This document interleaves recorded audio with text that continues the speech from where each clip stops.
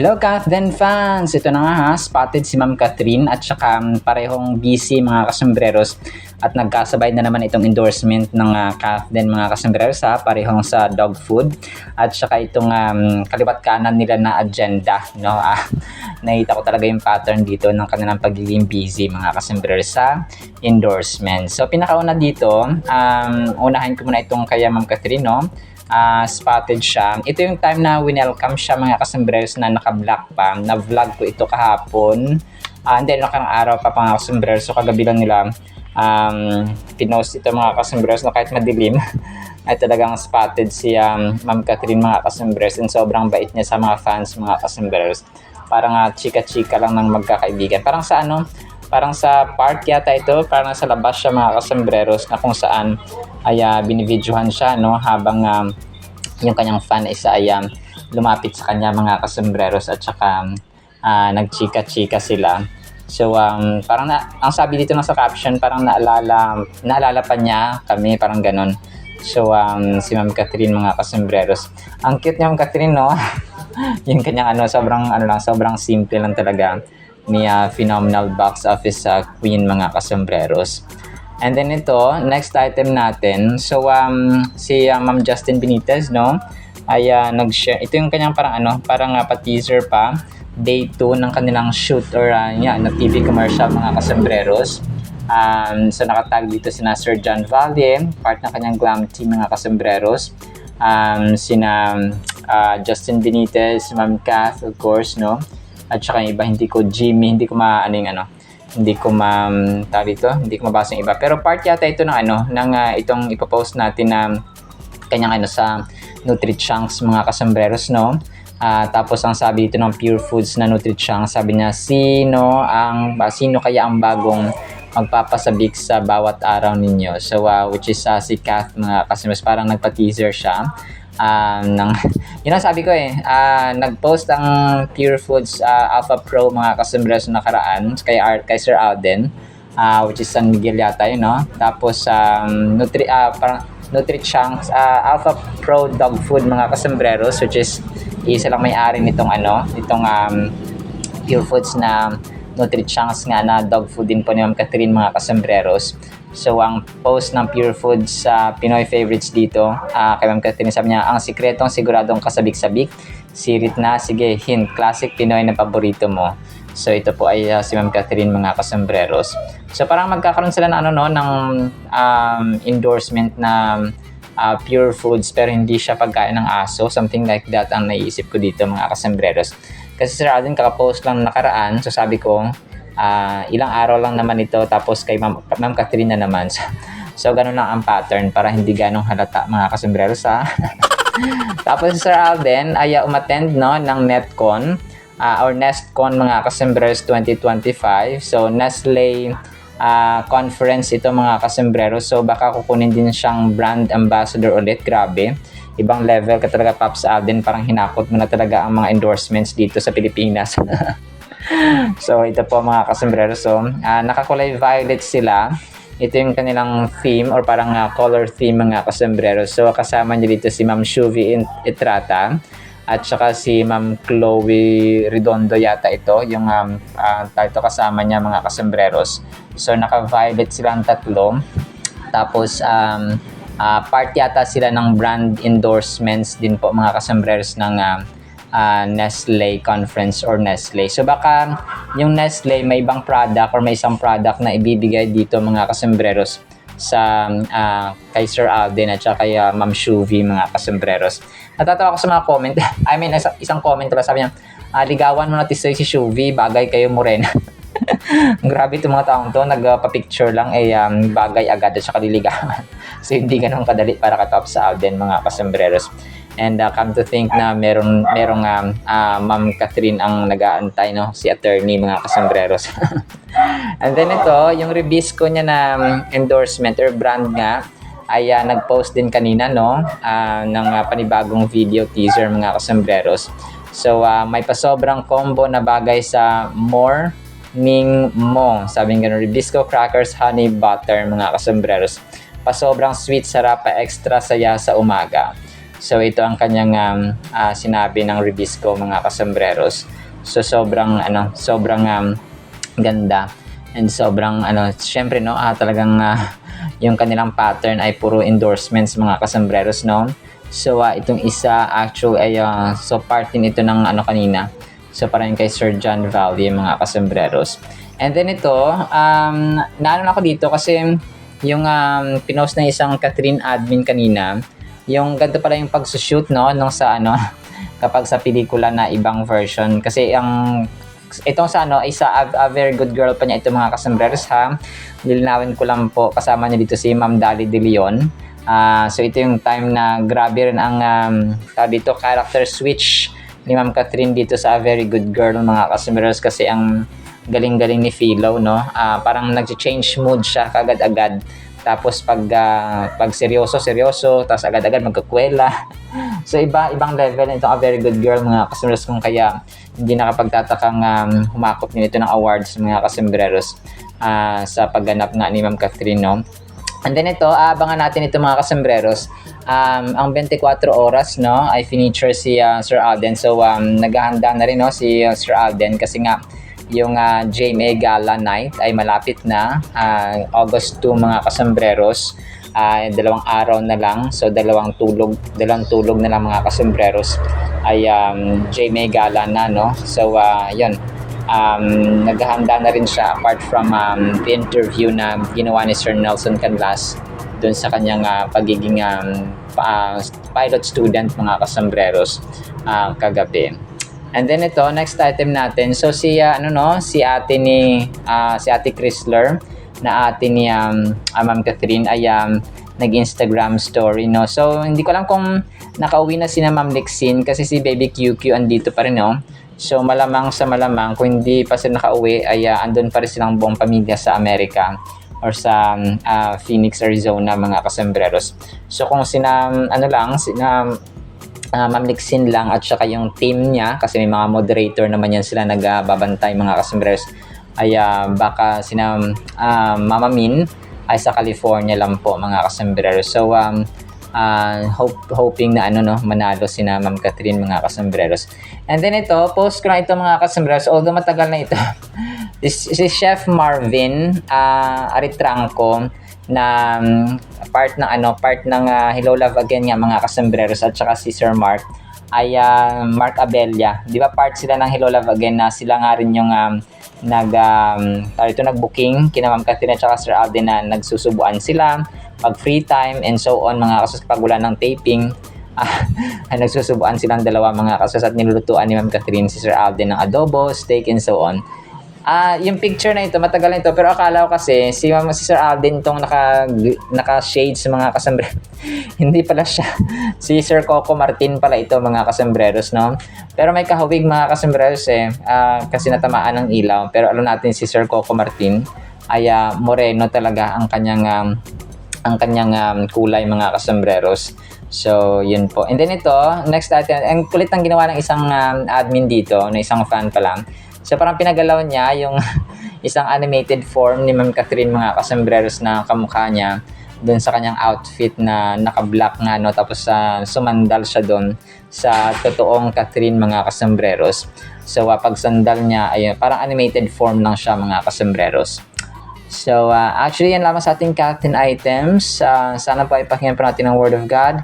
Again, today is katapusan na ng July 31, 2025. Thursday na po, ang bilis ng panahon. Sana po ay pakinggan pa natin ang Word of God. And salamat po, mga kasambreros. At para po sa ating Word of God, sobrang ganda po nito, mga kasambreros. Ang title, Iisang Katawan. Romans 12:5. So tayo, though many are one body in Christ and individually members one of another. So napakaganda po nito, mga kasambreros. Apostle Paul was referring to the church, no, sa Roma, or sa Rome, sa Italy, mga kasambreros. Pero para sa atin, bilang hindi tayo physically present sa isang church, no, tayo po ay isipin na natin sa ating pamilya ito applicable. Alright, so imagine ang ating katawan po ay merong iba't ibang parte. Yung hands, yung feet, yung eyes, yung ating mga tenga, and so on. So each part has a unique function. but they all work together in harmony to make the body complete and functioning. So, ito yung yung kahalagahan ng family members natin. Okay? Yung bawat function, yung bawat parte ng ating katawan, yung ating mata, ilong, kamay, and so on, ay meron silang function, no? Meron silang operation, meron silang task bawat isa. Hindi pwedeng ang bibig natin ay magiging tenga or ang tenga natin ay magiging ilong or ang ilong natin ay magiging paa. So hindi baka alien ng ating mukha kapag gano'n ng mga kasambreros, no? Sa ating tahanan, gano'n din, no? Ang verse na ito ay nagre-remind sa ating mga Kristiyano, mga anak ng Diyos in general, na part tayo ng isang body, part tayo ng isang katawan. Yun kasi yung kung ituring natin na kapatid natin, no? Kaya sa church, kapatiran, brother, sister, ganun ang tawagan mga kasamas, because that represents na tayo po ay kabilang sa isang body. Pamilya tayo, no? Spiritually at physically, mga kasambreros. We are interconnected and interdependent, mga kasambreros. So ang church kasi ni Christ, kapag siya po ay dumating na, ay susunduin tayo, mga kasambreros, na mga anak niya, no, bilang kanyang church, mga kasambreros, andito sa lupa. Kapag siya po ay dumating na, mga kasambreros, we as members of the body of Christ are called to support, encourage, and serve one another, just as the different parts of the body rely on each backgrounds, binding us together in love and shared purpose. Napakaganda kapag ang church ay dinala natin sa ating tahanan, na iba po yung impact, mga customers, iba po yung yung feeling na tayo, iba po yung experience talaga kapag ang church, kasi ang mga tao minsan, no, nagiging mabait lang kapag nasa simbahan, no, or pag nasa ibang tao sila, pero ang trato nila sa magulang nila, sa kapatid, sa asawa, and so on ay iba, no?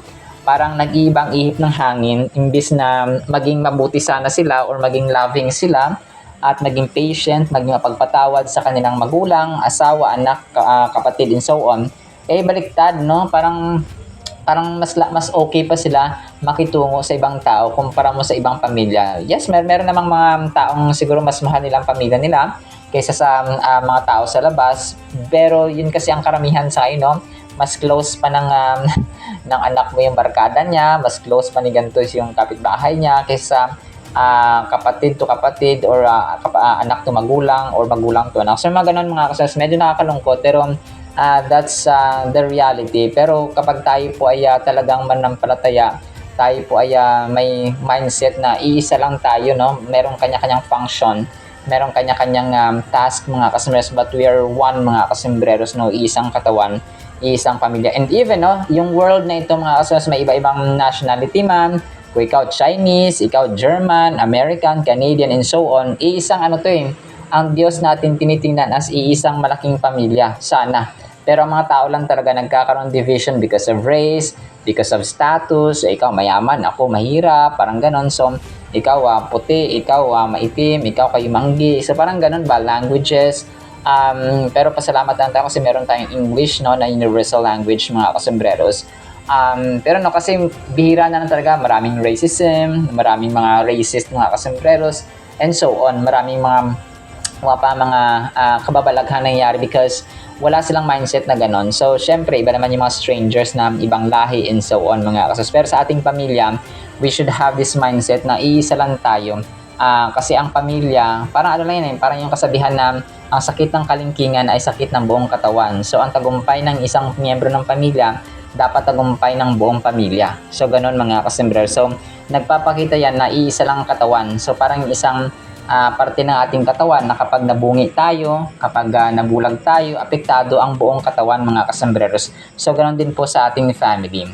We are interconnected. So, sabi na, we as members of the body of Christ are called to our unity in Christ transcends our individual differences and backgrounds, binding us together in love and purpose. This verse calls or challenges us to consider how we are treating our fellow believers or fellow members of the family. Are we valuing and cherishing them as part of the same body, or are we causing division and harm? So, anong ginagawa natin ngayon sa ating pamilya? Tayo ba nagiging part ng unity?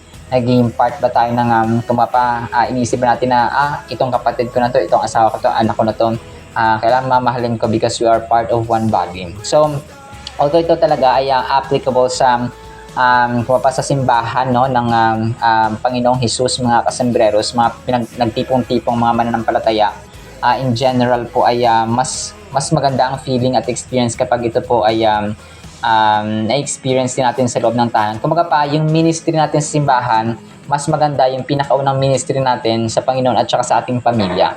So, kung kaya, kasi yun nga, no, talagang mas na ano yung mabuti ka sa ibang tao, sa pamilya mo, hindi. So, tayo po ay dapat magising sa katotohanan na ang ating pamilya dapat. Kasi family is family after all, mga kasembreros. And Romans 12:5 calls us to recognize our unity in Christ. Sorry po, may tuko. In our responsibility toward one another.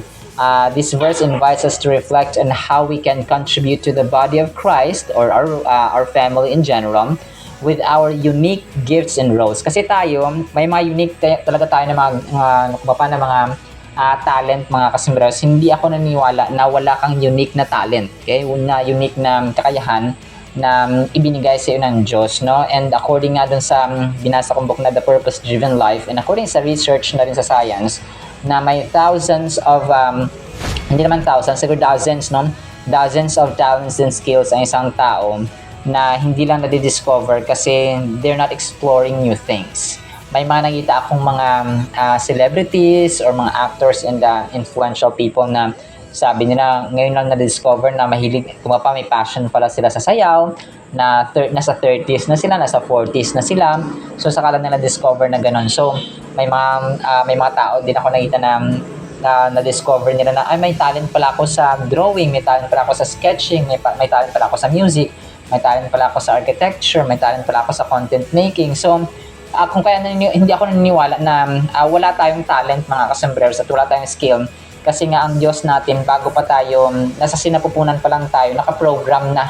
Kumaga pa sa computer, nakaprogram na yung database, mga kasembreros, sa mga nerves and neurons and muscles natin, yung sa minds natin in general, na yung ating kakayahan, yung ating skill, yung ating talent, mga kasembreros.